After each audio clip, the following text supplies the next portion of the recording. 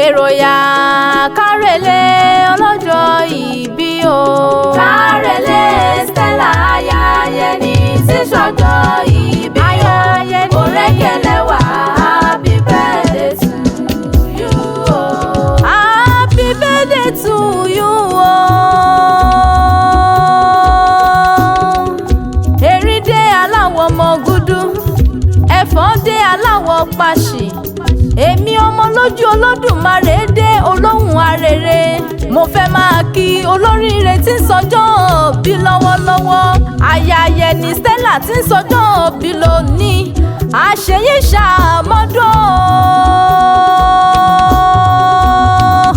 àṣeyí ṣàmọ́dún, ọdún ayọ̀ lẹ́ ó mọ̀ ṣe.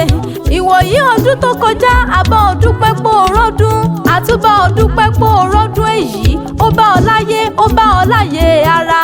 Àṣeyí ṣàmọ́dún nínú owó, àlàáfíà, ìrọ̀rùn ló ti mọ́ ọ yan. O ò ní rántí ọjọ́ òní ìbànújẹ́, o ò sì ní rántí ọjọ́ òní bu ẹkún lọ́lá Elédùmarè ọba. Mo ní ìyá Kevin, ṣe bí ìwọ ni mo ń ké sí. Ìyá Bímbọ́lá máa gbóhùn ẹnu tẹ̀mí. Ìyá Babátúndé ìyá Olúwafẹ́mi, ó ti sọdún èyí náà nínú owó, àlàáfíà, ìkú tí ń ṣe balẹ̀ ọ̀rọ̀ ló ti mọ́ ọ yan. Stella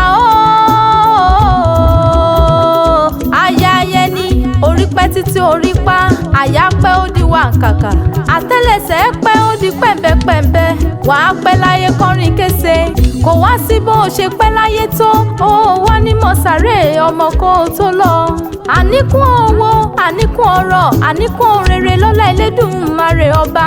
Àwọn ọmọ ló ní kínkì ológun lóògùn o, kínkì ọlọ́gbọ̀n lọ́gbọ̀n.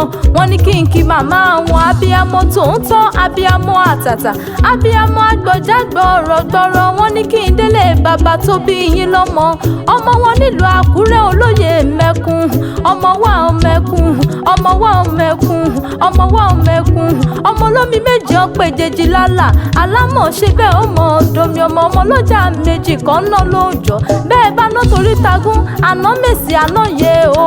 Bọ́mọ ọkùnrin Àkúrẹ́ bá tòkò ibọ̀, àfàgàdà àpẹrin. Bọ́mọbìnrin Àkúrẹ́ todò ibọ̀, àmọ́sí ló pẹ́ fún. Ọmọ ajímágogo ìdẹ̀mùmí ló ń korí kì í lè bàbá tirẹ̀. Ẹ ti ṣọdún èyí náà, ọdún ayọ̀ lẹ́ ò mọ̀ ṣe. Orí kó jẹ́ ẹpẹ́ láyé kọrin kése, ẹ̀ẹ́dùn oúnjẹ ọmọ pẹ́pẹ́pẹ́ nínú ìrọ̀rùn, ẹ̀ ní jẹ́ nínú àìsàn lọ́lá Elédùmarè ọba. Ẹ ti gòkè, ẹ ò ní jábọ́ láéláé. Iwájú lójúgùn ń gbé, iwájú lẹ́ ò mọ̀ lọ lọ́lá Elédùmarè ọba. Happy birthday to you.